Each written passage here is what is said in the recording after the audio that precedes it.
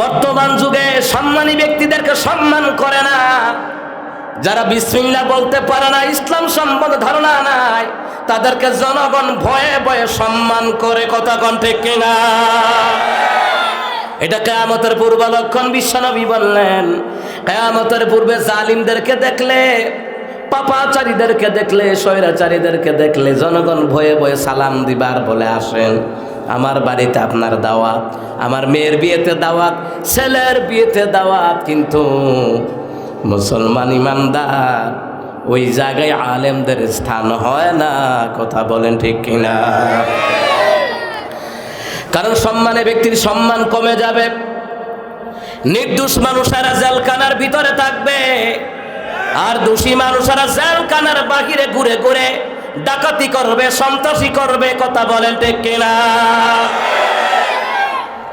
নির্দোষ মানুষেরা জেলখানায় থাকবে, আর পরিমণির মতো নষ্ট মেয়েগুলি জেলখানা থেকে সারা পাইছে, সারা পেয়ে লুঙ্গি পরে অর্ধ উলঙ্গ হইয়া জন্মদিন পালন করলো।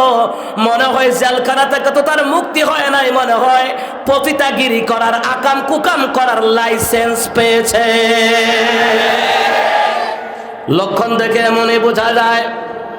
রিয়াদুস সালিহিন 2য় খণ্ডের বর্ণনায় বিশ্বনবী বললেন, কিয়ামতের পূর্বে সম্মানী ব্যক্তির সম্মান থাকবে না। আবার বিশ্বনবী সাল্লাল্লাহু আলাইহি সাল্লাম বললেন, ও আমার উম্মতেরা, যারা সম্মানী ব্যক্তিকে সম্মান করে না, আমি রাসূলুল্লাহ বলে দিলাম তারা আমার উম্মতের দলের তালিকায় থাকবে না।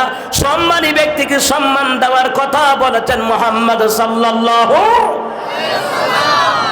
আজকে আপনারা এই কোরআনের প্রোগ্রামে আসলেন, কেন আসলেন? হেদায়েতের বাণী শোনার জন্যে, নসিহত শোনার জন্যে। কথা বলেন ঠিক কিনা? কিন্তু এই জায়গাটা দুনিয়ার রাজনৈতিক কোনো জায়গা নয়, এটা দুনিয়ার কোনো জায়গা নয়। আজকের রাত্রের জন্য এই জায়গাটা হলো জান্নাতের জায়গা। সুবহানাল্লাহ বলতে ইচ্ছে করে না? এটা জান্নাতের জায়গা। বিসমিল্লাহির রহমানির রহিম।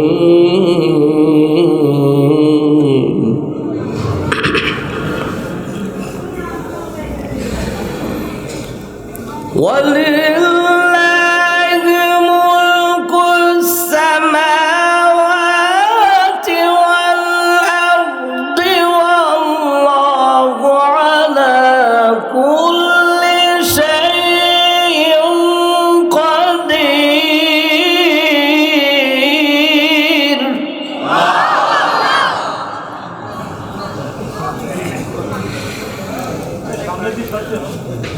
إن في خلق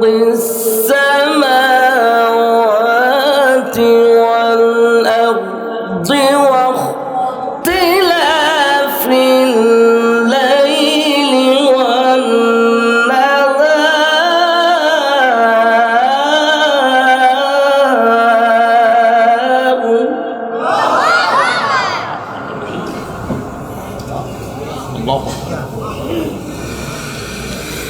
واختلاف الليل والنهار لآيات لأولي الألباب.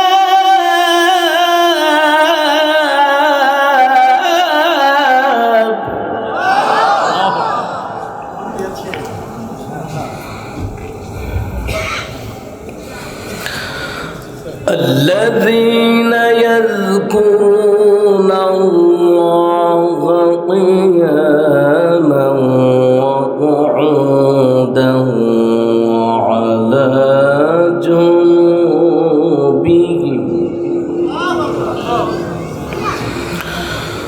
وعلى جنوبهم ويتفكرون.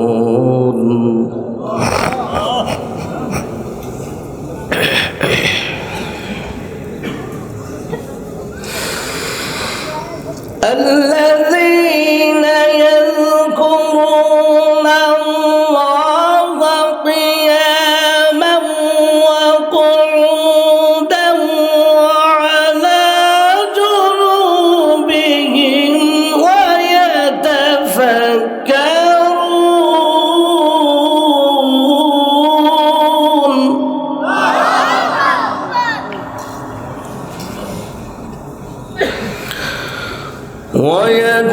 ويتفكرون في خلق السماوات والأرض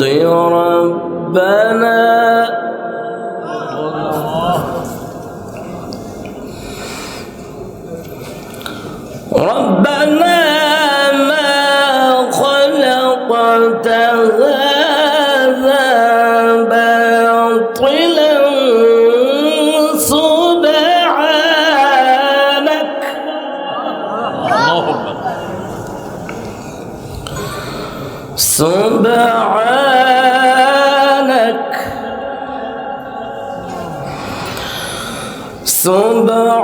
سبحانك فقنا عذاب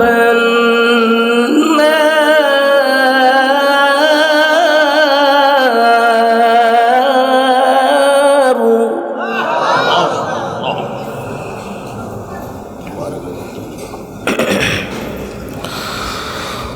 ربنا ما خلقت هذا باطلا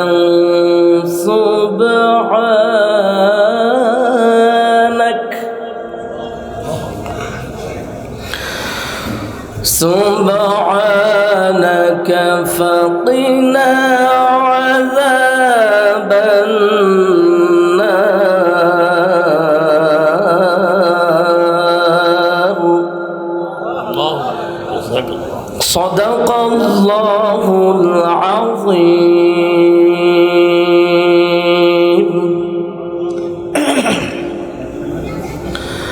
وقال النبي صلى الله عليه وسلم ما نعلى والد ولده من نحل أفضل من أدب حسن أو كما قال عليه الصلاة والسلام إن الله وملائكته يصلون على النبي يا أيها الذين آمنوا صلوا عليه وسلموا تسليما اللهم صل على محمد وعلى آل محمد كما صليت على إبراهيم وعلى آل إبراهيم إنك حميد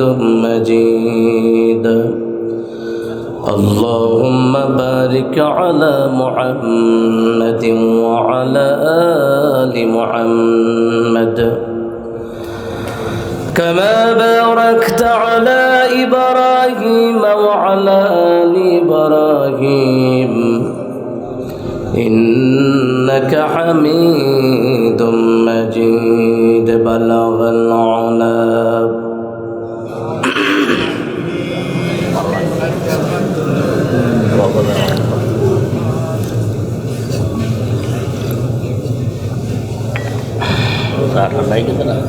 রাজন আরো আস্তে আস্তে বইরেন। হ্যাঁ, নির্বাচন আসলে জোরে জোরে মিছিল করবেন। আল্লাহ আল্লাহ বলিয়া কলসি মার্কা যাবে চলিয়া, এরপরে কলসি মার্কা নিয়ে ক্ষমতায় বসার পরে বিসমিল্লাহর বিরুদ্ধে কথা বলবে টাকলো মোরাদের মতো।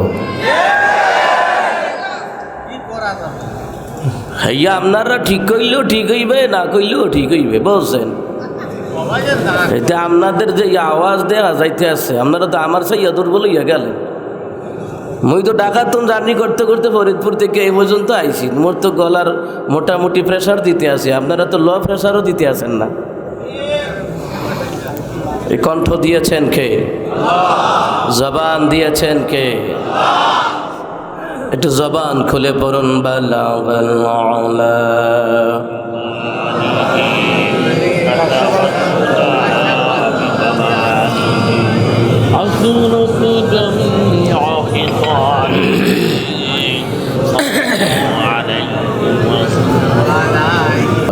বলো কি করে বালাগাল আলা বিকামালিহি كشف الدجى بجماله حسنت جميع خصاله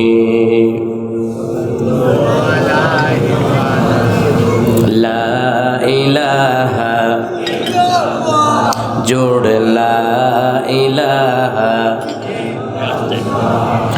لا إله لا إله إلا الله لا إله إلا الله لا إله لا إله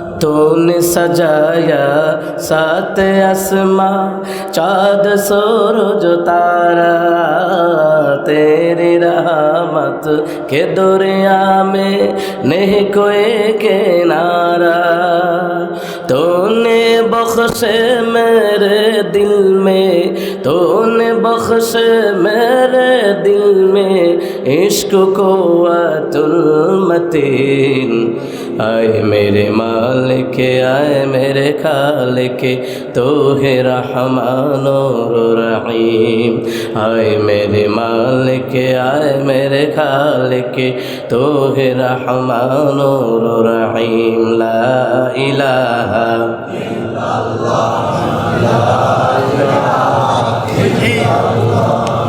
ला इलाहा इल्लल्लाह मुहम्मदुर রাসূলুল্লাহ সাল্লাল্লাহু আলাইহি ওয়াসাল্লাম সকলেই পড়ছে আলহামদুলিল্লাহ আর জোরে বলতে হবে আলহামদুলিল্লাহ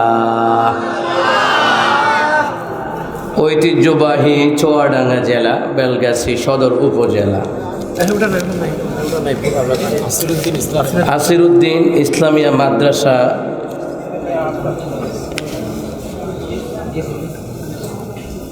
ইয়াতিমখানা লিল্লাহ বোর্ডিং এর উদ্যোগে ৫৬তম বার্ষিক ওয়াজ ও দোয়ার মাহফিলের সম্মানিত সভাপতি সম্মানিত বিশেষ অতিথি যিনি আলোচনা করেছেন আমার পূর্বে মাওলানা মুফতি আলী আকবর সাহেব আল্লাহ হুজুরের হায়াতে বরকত বাড়িয়ে দিক আরো আসতে বলেন আরজ গুজার যিনি মাওলানা রেজাউল করিম ভাই মাহতামিম বেলগাছি আসিরউদ্দিন ইসলামিয়া মাদ্রাসা আল্লাহ হুজুরের হায়াতের মধ্যে বরকত বাড়িয়ে দিক বলে আমিন মাশাআল্লাহ নাম ছোট্ট করে দিচ্ছেন মোটামুটি নাম সংক্ষেপ আলহামদুলিল্লাহ বলেন জোরে বলেন আলহামদুলিল্লাহ নরসিংদী গেলাম বড়ইতলা 120 জন দাওয়াতি পোস্টারের মধ্যে 120 জন আমার কাছে আইনা দিছে হুজুর নেন পোস্টারটা একটু দেখেন পোস্টার দেখা গন্তে আছি 120 জন আমি কি 120 জনের নাম পড়তে গেলে এক খতম কোরআন শরীফ খতম দেওয়া যাইব কথা কন না কেন 3 বার ইখলাস পড়লে কোরআন খতম হবে না যাক সংক্ষেপ করে নাম দিয়েছেন ভালো অনেক জ্বালাই দেখা যায় চেয়ারম্যানের নাম উপরে আবার মসজিদের সভাপতির নাম সবার নিচে আবার এলাকার মান্যগণ্য ব্যক্তিদের নাম পোস্টারে না থাকার কারণে মাহফিলও বন্ধ করে দেয় এমন নজির বাংলাদেশে আছে না না 2012 সালের ঘটনা কুমিল্লা জেলা ব্রাহ্মণপাড়া থানা সেই জায়গায় একটি গ্রাম আছে গ্রামের নামটা বললাম না কারণ এলাকার মানুষের জনগণের সম্মান প্লাস্টিক হয়ে যাবে ওই প্রোগ্রামে আমারও দাওয়াত ছিল ডিসেম্বরের 25 তারিখ 2012 সাল ওখানে দেখা গেল এলাকার মসজিদের সভাপতির নাম, চেয়ারম্যানের নাম নাই, মেম্বারের নাম নাই, মাহফিল বন্ধ করে দিয়ে দিল। দেশের অসংখ্য নেতা নেত্রী আছে, চিৎ করে শোয়া পেটের মধ্যে বুম দিলেও বিসমিল্লাহ পড়তে পারবে না, আবার বসে তাকে মাহফিলের পোস্টারে নাম দেওয়ার জন্যে।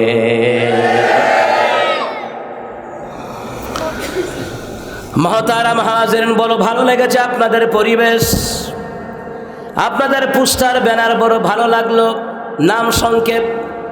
কারণ কোরআনের মাহফিল এটাই প্রমাণ করে আলেমদের নাম থাকবে, কথা কোন ঠিক কিনা? এটা কোনো রাজনৈতিক জায়গা নয়। যখন তোমরা রাজনৈতিক প্রোগ্রাম করবা, প্রধানমন্ত্রী থেকে শুরু করে একবারে কেয়ারটেকার পর্যন্ত নাম দিয়া দিও, কিন্তু কোরআনের মাহফিল যাদের জন্য সাজানো হয়, এখানে উলামায়ে কেরামদেরকে সম্মান দিয়ে নাম লেখা লাগবে। যখন মাহফিলের পোস্টারে যখন অসংখ্য নেতা নেত্রীদের নাম দেখা যায়, তখন ওই জায়গায় আলেমদের সম্মান বিচাইরাও পাওয়া যায় না, কথা কন না কেন? যেমন কুমিল্লা জেলার একটা থানা আছে, ওই থানার প্রোগ্রামে যখন গেলাম, এলাকার এমপি সাহেবেরও প্রোগ্রাম, আবার চেয়ারম্যান ওই মাহফিলে দাওয়াতি, অনেক মেম্বার পদপ্রার্থী এখানে দাওয়াতি, কাউন্সিলর মেয়র সবাই দাওয়াতি। বক্তার নাম, নেতাদের নাম লেখার নির্যাতনে বক্তার নামের লেখা দেখাই যায় না। মনে হয় ওয়াজ এমপি সাহেব করবে, চেয়ারম্যান করবে, মেম্বার করবে। এইটা তো বড় কথা নয়। সবচেয়ে বড় কথা হলো যখন আমাদেরকে মাহফিলের পরে খাবার খাওয়াইতে গেছে, খাবার নাই, ইতস্ত করে বুঝতে পারলাম এই এমপি, চেয়ারম্যান, মেম্বার, এমনকি তাদের সাথে চেলা চামুন্ডারা এসেছে, তাদের নির্যাতনে খাবারও শেষ। এটা আই দেখে বুঝতে পারছি। তখন আমার সাথে নানা ভাই ছিল, নানা ভাই কো তরকারি আনে না কেন? আমি কি আপনি বুঝেন না কেন? নেতাদের নির্যাতনে ফাতলের মধ্যে তো খাবার নাই, তাড়াতাড়ি চলেন, রাস্তায় গিয়ে হোটেলে খাবার খাওয়া লাগবো। এইরকম প্রায় জায়গায় মাহফিল হয়। নেতা হইল একজন, চেয়ারম্যান একজন, এমপি দুইজন, মেম্বার, তাদের সাথে মোটর সাইকেলটা আসে 100 জন, খাবারের বংশ পর্যন্ত শেষ।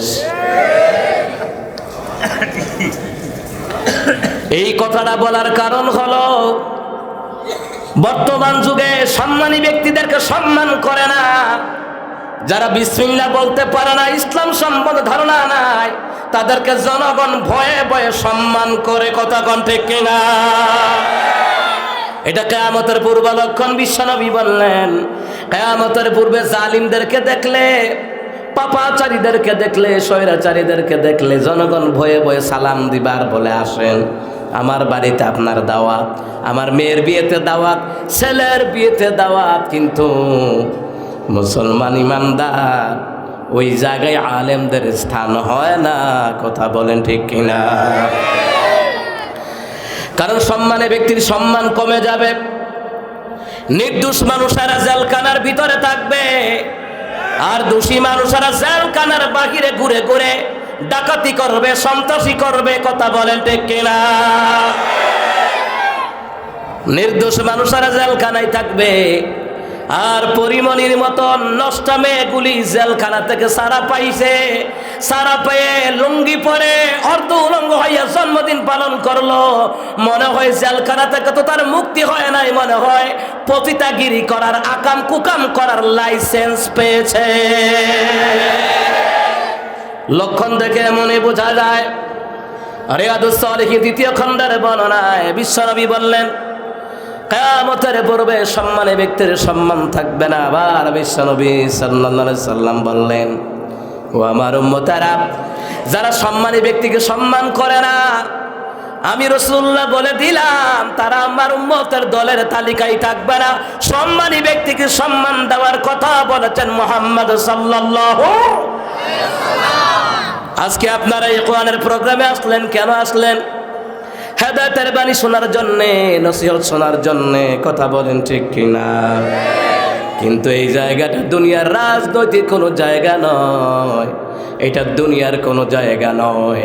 আজকের রাত্রের জন্য এই জায়গাটা হলো জান্নাতের জায়গা। সুবহানাল্লাহ বলতে ইচ্ছে করে না? এটা জান্নাতের জায়গা। যদি এই বেলগাছির আসিরউদ্দিন হাফিজিয়া মাদ্রাসা ইয়াতিমখানা লীলা বোর্ডিং এই জায়গাটা, আজকের জায়গাটা যদি রাজনৈতিক কোনো জায়গা হতো, পুলিশ বাহিনীর দরকার লাগতো। এমপি সাহেবের মাথা গরম, জেলা প্রশাসকের মাথা গরম হয়ে যেত। কারণ কোন দিক দিয়া যে চেয়ার নিয়ে পিটাপিটি শুরু হয়ে যায়, আর কোরআনের প্রোগ্রামে হাজারো জনতা হয়, ওই জায়গায় কিলাকিলের কোনো চিন্তা নাই, মারামারির কোনো চিন্তা নাই। ওই জায়গাটাকে আল্লাহর কোরআন দিয়ে নিয়ন্ত্রণ করা হয়, ঠিক কিনা? কারণ এই জায়গাটার চতুর্দিকে আল্লাহর ফেরেশতারা আপনাদের জন্য আল্লাহর কাছে রহমতের দোয়া করে। সুবহানাল্লাহ বলেন। আমার প্রিয় বাবারা, ভাইয়ারা, যে আল্লাহ পাক আমাদেরকে এই জান্নাতের বাগানে আসার বসার সুযোগ দান করলেন, সেই মহান সত্তার দরবারে পড়ছি আলহামদুলিল্লাহ। যে আল্লাহ পাক আপনাদেরকে দয়া করলেন, আমাকে দয়া করলেন, ইহসান করলেন, করুণা করলেন, এই কোরআনের প্রোগ্রামে আসার বসার সুযোগ দান করলেন, ওই মহান সত্তার দরবারে সবাই পড়ছি আলহামদুলিল্লাহ। আপনারা এখানে দলবদ্ধ হয়ে বসে আছেন, কিন্তু আপনি কি জানেন, আপনি যে বসলেন, আহমদ শরীফের বর্ণনায় রহমতের নবী সাল্লাল্লাহু আলাইহি ওয়াসাল্লামের কাছে জিবরাইল এসে বললেন, ইয়া রাসূলুল্লাহ, ইয়া হাবিবাল্লাহ, কোরআনের প্রোগ্রামগুলির সামনে যারা জায়গা পেয়ে বসে যায়, আল্লাহ রাব্বুল আলামিন তাদেরকে রহমতের কুলে জায়গা দিয়ে দেয়। কার এমন কপাল, কার এমন ভাগ্য, আজকের প্রোগ্রামে এসে আল্লাহ পাকের রহমতের কুলে বসেছেন। আল্লাহ পাকের রহমতের কুলে যারা বসে, ওখানে গুনাহ হয় না, গুনাহগুলি আল্লাহ মাফ করে দেয়। আল্লাহু আকবার। একটা গুনার যদি আল্লাহ হিসাব নেন, দিতে পারবো না। জিবরাইল বলেন, ওগো রাসূল, আবার একদল মানুষ আছে কোরআনের তালিমে, কোরআনের মজলিসে সামনে জায়গা না পাইয়া পেছনে পেছনে বসে গেল। জিবরাইল বলেন, ওগো রাসূল, পেছনে বসে যাওয়ার কারণে আল্লাহ রাব্বুল আলামিন তাদের জন্য লজ্জিত। তারা যা চাইবে আমার আল্লাহ ফিরিয়ে দিবে না। সুবহানাল্লাহ। তৃতীয় নম্বরে হলো, কিছু লোক সামনেও বসার চেষ্টা করে নাই, পিছনে বসার চেষ্টা করে নাই। এত সুন্দর একটা বিশাল জান্নাতের বাগান, আমরা আজকে দুইটা জান্নাত উপভোগ করছি। আল্লাহু আকবার বলেন। এই দুনিয়ার জমিনে জান্নাতের জায়গা হলো মসজিদ। মসজিদ পিছনে আছে, আছে না এটা? আলহামদুলিল্লাহ বলেন। আমরা আজকে একসাথে তিনটা জান্নাতে অবস্থান করছি। আল্লাহু আকবার বলেন। ওয়ালিমান খাফা মাকাম রাব্বিহি জান্নাতান।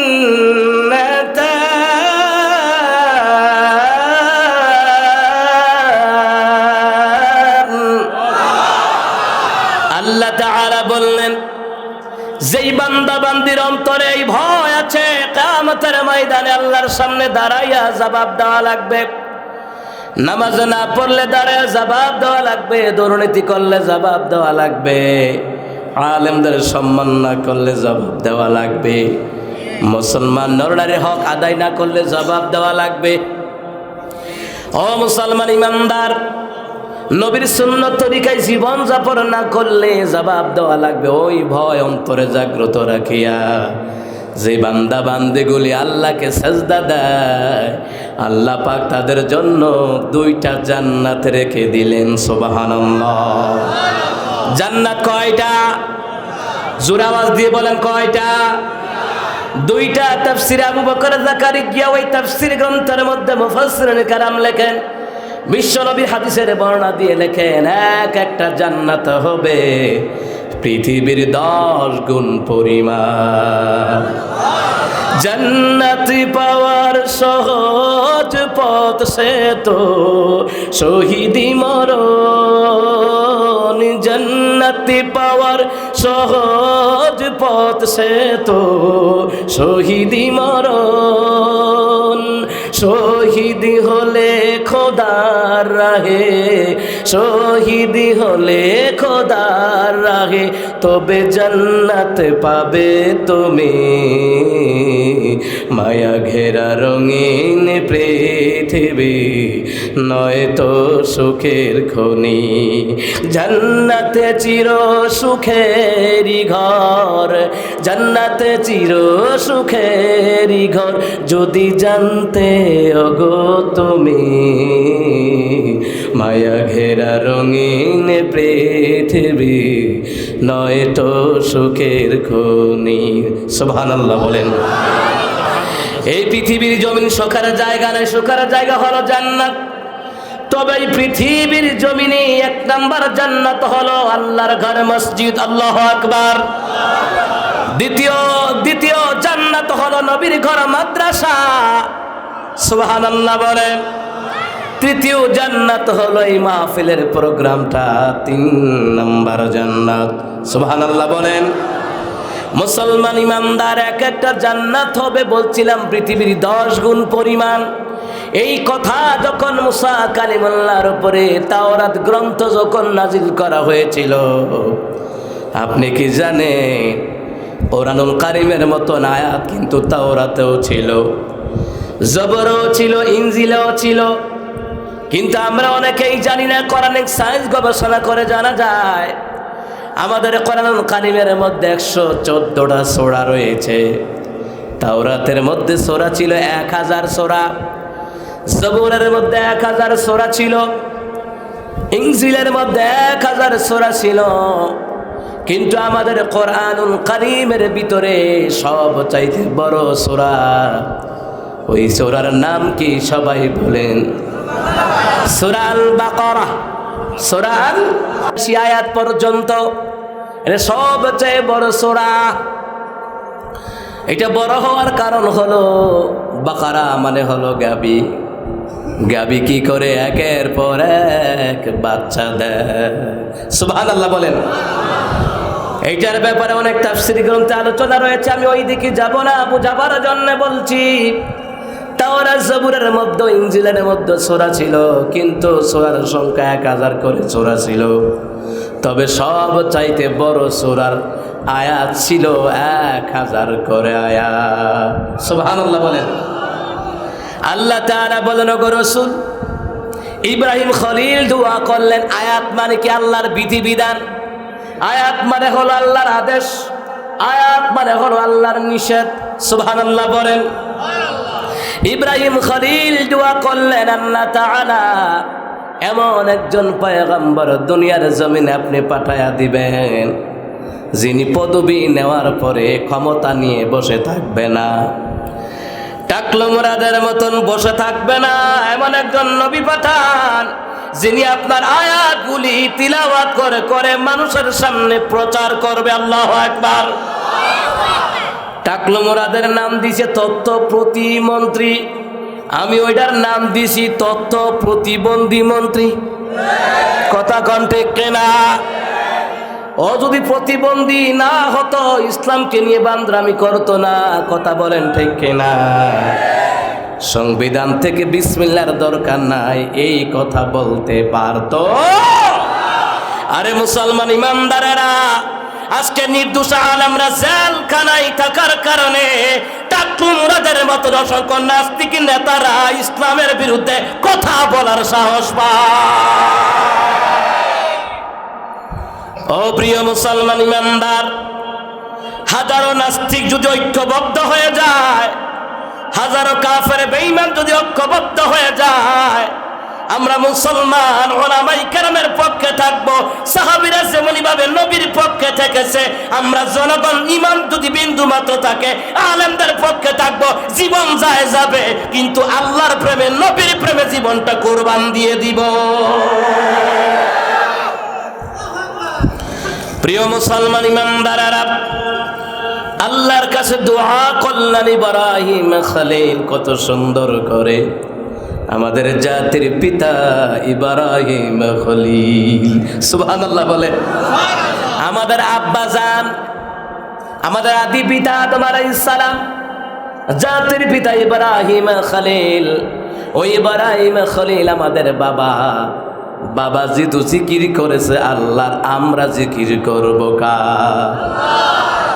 আল্লাহ পাকের জিকির করার কারণে নমরুদের আগুন থেকে বাঁচায়া দিলেন কে? আল্লাহ বলেন। আমাদের জাতির পিতা ইব্রাহিম খলিল, আমাদের পিতা জিকির শিখায়া দিয়েছে আল্লাহর। কিন্তু আমার দেশে কতগুলা ভণ্ড পীরের মুরিদ আছে, ওরা জিকির করে বাবার। বাবার নামে জিকির করা জায়েজ নাই, জিকির করতে হবে কার নামে? এরে মুসলমান ইমানদার, আমার দেশে অনেক বেদাতি কাজ চালু আছে, কুফরি মতাদর্শের কাজ চালু আছে। যখন আমরা উলামায়ে কেরাম ফতোয়া দেয় এটা বেদাত, আর ওরা বলে বাপ দাদারা যা করেছে তা। আরে বাপ দাদা বলতে তোমার বাপ দাদার কথা বলা হয় নাই। আমাদের আদি বাবা হলো বাবা আদম, আমাদের জাতির পিতা হলো ইব্রাহিম খলিল। আমাদের বাবা আদম, আমাদের জাতির পিতা ইব্রাহিম খলিল তাওহীদ শিখিয়ে দিয়ে গেছে। ওই তাওহীদের উপরে আমরা সন্তান থাকা লাগবে, ঠিক কিনা? ইব্রাহিম খলিল দোয়া করলেন সন্তানের জন্য। ইসমাঈল আলাইহিস সালাতু ওয়াস সালামকে সাথে নিয়ে দোয়া করলেন আর বললেন রব্বানা, সুবহানাল্লাহ বলবেন না? রব্বানা ওয়াবআথ ফীহিম রাসূলান মিনহুম ইয়াতলু আলাইহিম আয়াতিকা ওয়া ইউআল্লিমুহুমুল কিতাব।